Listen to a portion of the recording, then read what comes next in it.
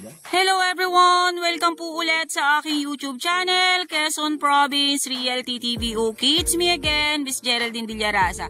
Okay po, andito naman po ako ngayon sa isang barangay, dito po sa Tagkawayan, Quezon. Meron na naman po akong iba-vlog or iaalok sa inyo na isang property.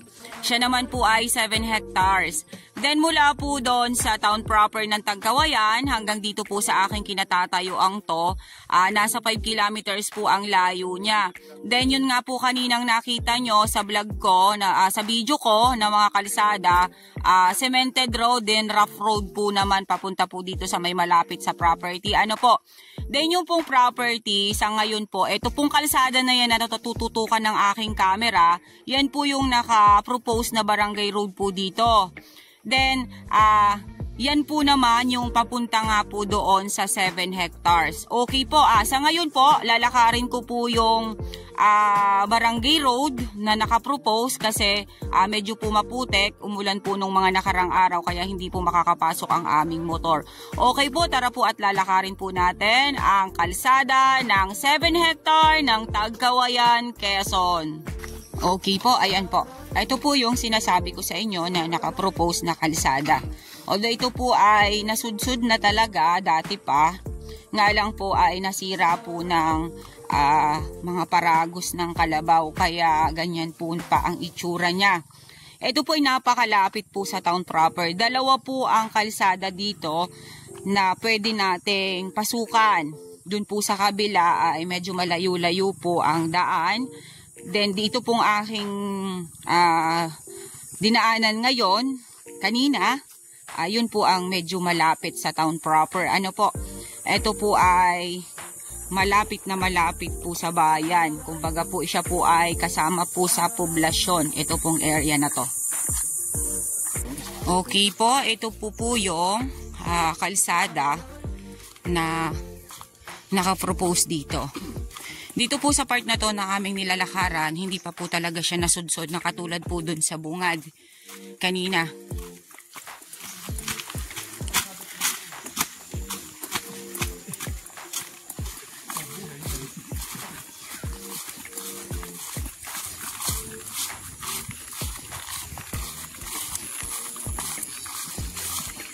Okay guys, nandito na po ako sa property. Nalakad ko na po yung nakapropose na kalsada na yun po, nakita nyo naman po kanina, nasudsud na siya. Then yun nga po, ito pong tinututukan na ng aking camera, yan pa rin po yung kalsada na papunta po dito sa property. Ano po? Okay po, ikikwento ko po muna sa inyo yung istorya ng title. Ito po ay 15 hectares. Then, hinati-hati na po siya, ginayat-gayat na po siya. Then, yun nga po, meron po siyang nabili, may nabili na po dito na 5 hectares. Then, naibigay sa tenant yung iba. Then, ito pong binibenta ko ngayon ay bali 2 portion. Pinagsama na lang po nung may-ari. Ginayat na rin po siya. Kumbaga po ay sinubdivide na po kasi itong 15.5 hectares. Isang 3 hectares at saka isa pong 4 hectares. Kaya po ito ay suma total po niya is 7 hectares. Okay po, tara po at papasukin po natin ang 7 hectares ng Tagkawayan, Quezon. Okay po, ito po, yan pong natututukan na yan ng aking camera. Yan po yung linderos dito sa kabilang side. Okay, ito na po ang 7 hectares. Ayan, dito pa lang po sa bungad, ayan, makikita po natin, may mga fruit bearings na po siya dito, gaya po ng langka, Indian mango, then santol, ayan po, then ang hardwood po ay Jimelina, then, tatay, ano itong prutas na ito? Avocado, no? Okay, ayan po, avocado, dito po sa side na to. Then, ayan, napakarami pong langka, napakarami po niyang santol dito sa area. Then ayan, may star apple. Ayan po siya.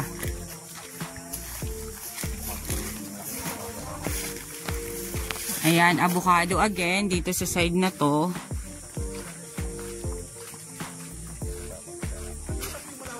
Okay po, ito po, napakarami po ditong avocado sa side na to. Ayan, wala po tayong po problemahin about po sa electricity kasi ayan po, meron po ditong kable na po ng kuryente. Then ayan, meron po dyan na mahogany sa side na to. Ayan. Then ayan, mga santol po dyan. Naalala ko na po itong property na to. Napuntahan ko na po ito last time. Aha, napakarami po talaga nitong fruit bearings. Ayan po, napakarami pong avocado sa side na yan. Then, may mga kakao din po ito. Ayan po, naalala ko na po ang property na to. Nung makita ko po yung poste ng kuryente, nag-sink in po lahat. Sa lahat po ng parte ng lupa na to. Kaya naalala ko po na napuntahan ko na po ito last year. Napakaganda po ng property na to sa totoo lang. Ayan, eto po, santol. Yun nga lang po, medyo hassle po sa panahon ngayon kasi yun nga po yung kalsada, hindi pa po siya tapos. Although, yun naman po, nakita po ninyo na nasudsud na talaga. Then, ang kalsada po dito ay dalawa. Dalawa po ang pwede nating pasukan. Isa po dito sa side na to, tutusok pa rin po siya sa property. Then, yung kanina pong dinaanan natin, dito rin po sa property ang lusot niya. Ayan, may mga palayan po yan dyan sa side na yan. Tara po at pupuntahan po natin yung palayan. Kasama ba ito tayo, di ba? Ayan, marami po itong mangga. Di po ba? Okay, ayan po siya, oh. Napakarami po niyang bamboo. Ito po yung kwento sa akin dati na ang dami nilang manggang naha-harvest. Yan, flat na flat po ang property. Ayan, ano po? Ayan, napakarami po niyang nyog. Ito pong natututukan na yan ng aking camera. Yan po yung Barangay Road. Ito po yung palayan. Ayan po siya.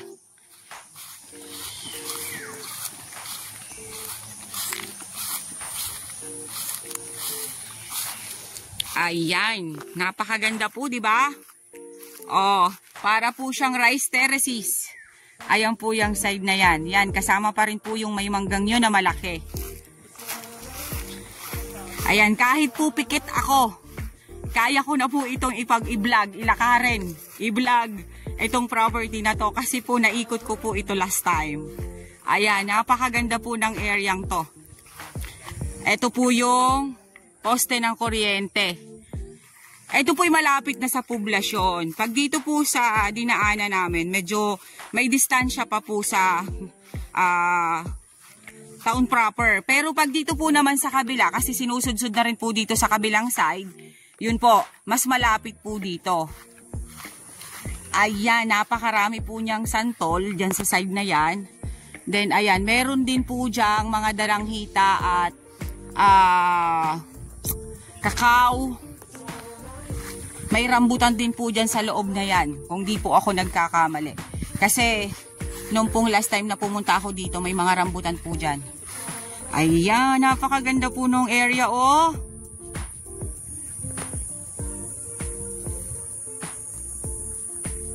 Yan, ito po ang palayan na tinatawag na nila ditong rice terraces ng Tagkawayan. Ayan po siya, oh.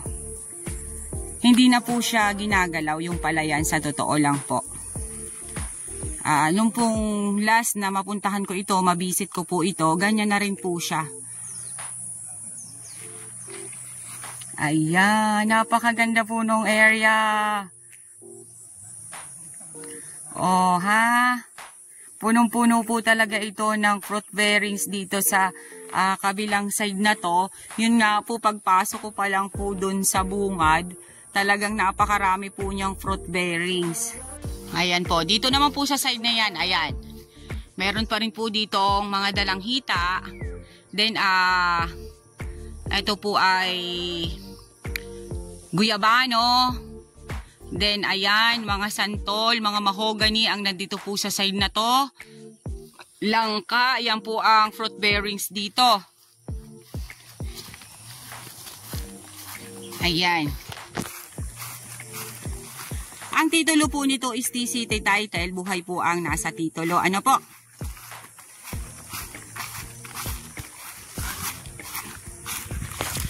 Yan, napakaganda po ng area. Ayan pa siya. Nung last po na pumunta ako dito, ang nakatali po dito ay mga baka. Kaya maganda po itong bakahan.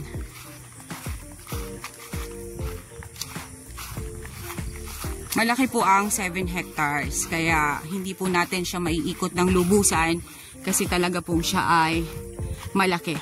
Pero mas lamang po ang flat dito sa area. Ano po? Then ito po ang boundaries po nito ay sapa. Buhay na sapa po ang boundaries niya. Ang ganda talaga po niya, oh. Oh.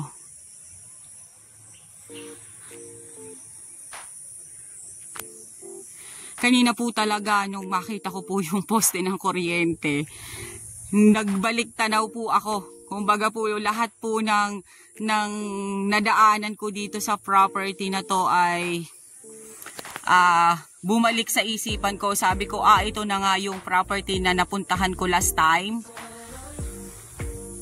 Ayan po siya. Napakaganda po ng area.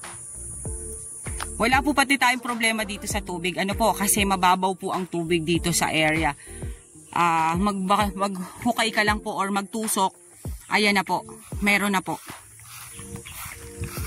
Okay po, pupuntahan naman po natin yung manggahan dun sa kabilang side. Ayan. Sabi nga po pala nung caretaker dito sa lugar, ay ang nyug po dito ay nasa 500 kapuno. Ayan, makikita naman po natin. Magaganda pa po yung pamumunga ng nyog. Marami pa rin po siyang bunga. Hindi po siya na-apektuhan nung nakaraang tag-init. Kaya napakarami pong buwig ng nyog niya. Tsaka iba-iba po kasi pag talagang may source of water sa isang property, mababaw ang tubig, ang mga nyog po or mga pananim ay hindi po apektado pagka tag-init. Kasi meron po silang nasisip-sip na water. Ayan, ayan po ang rice terraces.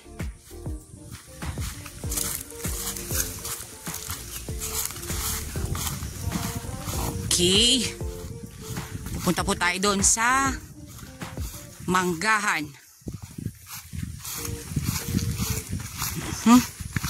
Medyo lang po talaga maputik sa ngayon dahil nung nagdaang bagyo, hindi naman po talaga dumaan dito sa amin ang bagyo.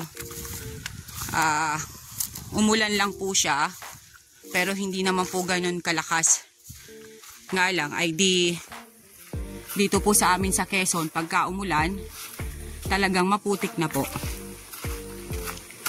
Pero po yung kanya po ditong lupa, ayan oh, medyo po siya mabuha-buhangin, ano po? Then ayan, dito po sa side na to, ayan, napakarami po niyang duhat. Then star apple. Then ito po yung sinasabi ko sa inyong mga mangga. Na ilang punong malalaki.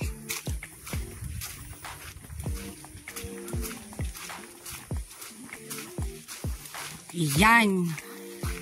Ito po ang manggang malaki. Na marami pong na-harvest dito. Sila seller. Ayan po siya. Then ito pong side na to, ayan pa, malaking puno pa rin po siya ng mangga. Okay guys, sabihin nyo na po ang property namin. Dito po ito sa Tagkawayan, Quezon. Along Barangay Road. Then napakarami po niyang fruit bearings dito sa area. May source of water, may source of electricity. Meron po siyang maliit na rice terraces ng Tagkawayan. Then ang mga hardwood po niya, nakita ko po dito is mahogany at Jimelina. Almost flat po ang property, TCT title. Na-subdivide na po siya. Yun, kunento ko nga po sa inyo kanina na pinaghati-hati na nga po siya. Ito pong binibenta ko, isang 3 hectare at isang 4 hectare. Kaya po ito ay 7 hectares. Ang price po nito is 2.4 million. Slight nego po kay seller. Ito, ano po? Then, ang kalsada po nito ay dalawa po ang nakapropose. Yung po kaninang dinaanan ko ay nasa 15 minutes ko pong nilakad. Pero kita naman po ninyo, nasudsud na po yung kalsada.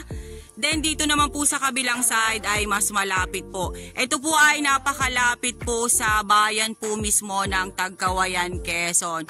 Okay po, once again po ako po ulit ang inyong site locator, si Miss Geraldine Villarasa. Muli po ako maglalambing. Pa-like and share po ng aking mga vlog and pa-subscribe na rin po ng aking YouTube channel, Quezon Province Realty TV. Okay po, thank you for watching.